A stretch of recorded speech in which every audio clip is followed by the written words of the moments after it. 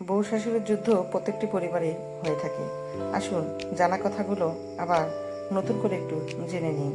এরকম প্রত্যেকটি পরিবারে যখন শাশুড়ি বৌমাকে মেয়ে ভাবতে পারে না, বৌমাও শাশুড়িকে মা ভাবতে পারে না। আসুন ছোট্ট একটি গল্পের মাধ্যমে ঘটনাটি জেনে নিই।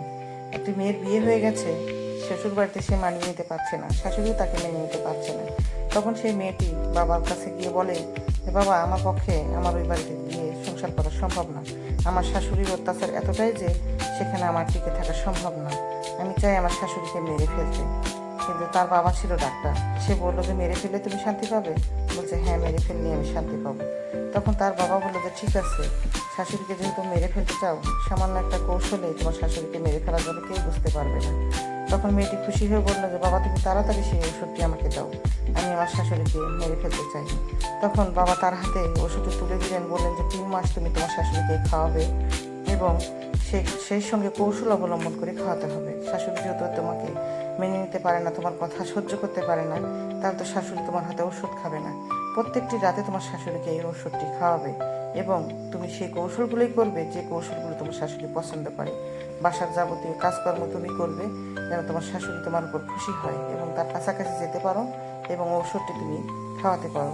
বাবার কথা মতো মেয়েটি সেইভাবে কাজ শুরু করলো। শ্বশুর বাড়িতে গিয়ে সব সময় সব রকমের কাজকর্ম সে নিজে হাতে করতে শুরু করলো। শাশুড়িকে আর কোনো কাজকর্ম করতে দেয় না। শাশুড়িকে মা মা বলে সারাক্ষণ ডাকে। শাশুড়ির খাবারগুলো সব সময় তার সামনে উঠায় দেয় এবং ঔষধটি কৌশল অনুযায়ী ঔষধটি প্রত্যেক রাতেই শাশুড়িকে খাওয়ায়। মাস 2 যাওয়ার পরে দেখা যাচ্ছে যে শাশুড়িও একেবারে বৌমার কাজকর্মে মুগ্ধ হয়ে যায় এবং মেয়ের মতো ভাবতে শুরু করে। আর বৌমাও তখন শাশুড়িকে মার মতো ভাবতে শুরু করে। তখন বৌমা ভেবে দেখছে, কী ব্যাপার, আমি শাশুড়িকে মেরে ফেলার জন্য ওষুধ খাওয়াচ্ছি, অথচ শাশুড়ি আমাকে এত ভালোবাসছে বা এত আপন করে নিচ্ছে। আমি এই শাশুড়িকে কেমন করে মেরে ফেলে এখানে থাকবো, এই সংসারে তো থাকতে পারবো না, ভালো লাগবে না।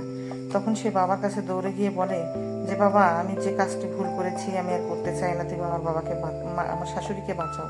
তখন বাবা বললো, কেন মা, কী হয়েছে?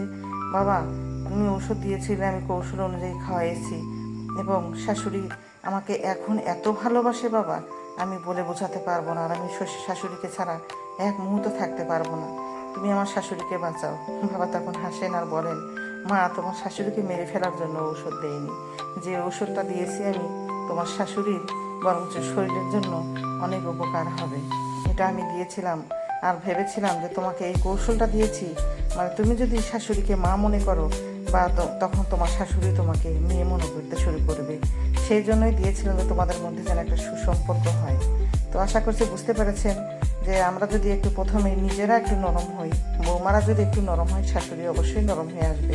যেহেতু সে কষ্ট করে সংসারটি করেছেন, সেক্ষেত্রে তার একটু যে কোনো জিনিস নষ্ট হইলে তার একটু কষ্ট হবে। এই কষ্টটা যেহেতু তার হয়, সেই জন্য বৌমাদেরও ধৈর্য ধারণ করার ক্ষমতা রাখতে হবে এবং শাশুড়ি তখন আস্তে আস্তে মনটা নরম হয়ে আসবে।